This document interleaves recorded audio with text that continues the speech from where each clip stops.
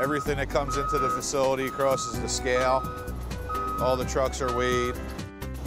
Then the material's directed to be dumped or tipped in the tipping building. The tipping building is where the material is actually unloaded from the truck. From here, we take the food waste and mix it with wood waste and yard waste for our so-called recipe. After the material's mixed in here, it's fed into a slow-speed shredder.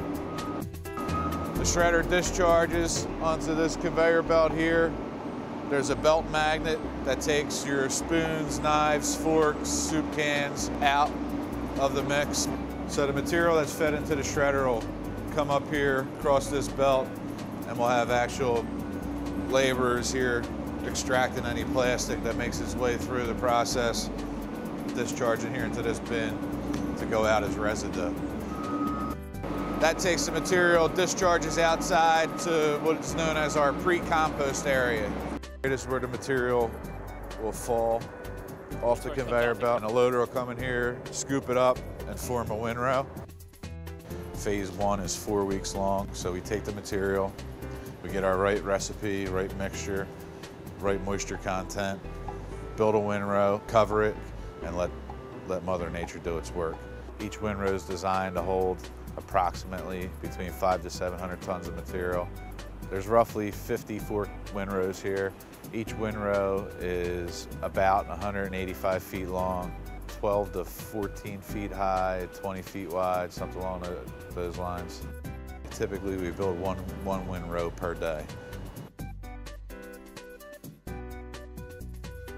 The Gore composting system has been in use for 15 years worldwide. The way that the system works is the covers are designed to do a couple things. They're about a 97% odor reduction. They respirate, allow the material to breathe, but still keep it waterproof. So when it rains, the water sheds off of those covers. The reason why we do this is it's an aerobic composting system.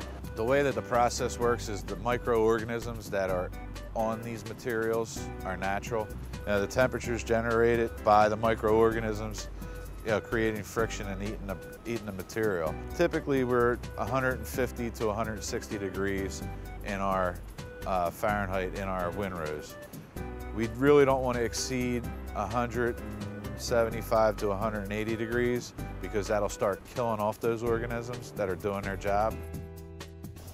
So 4 weeks ago, this material here looked like the stuff on the tip floor. And as you can see, it's already starting to break down pretty good, turning into compost.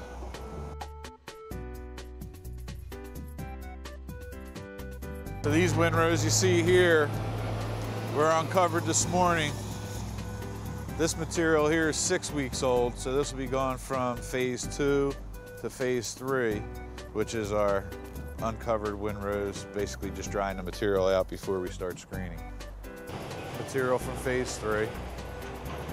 It's metered up this incline conveyor, goes into that drum, and depending on what we're screening for, we have a couple different drum sizes. It is agitated through the drum, the finished product falls through. Anything else that's not small enough to make it through the screen is discharged into our overs.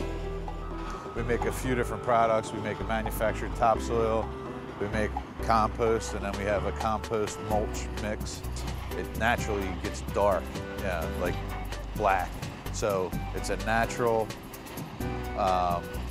it's not dyed. So this is finished compost. This is what used to be the food on that tip floor after 8 weeks. And that's the magic of Wilmington Organic.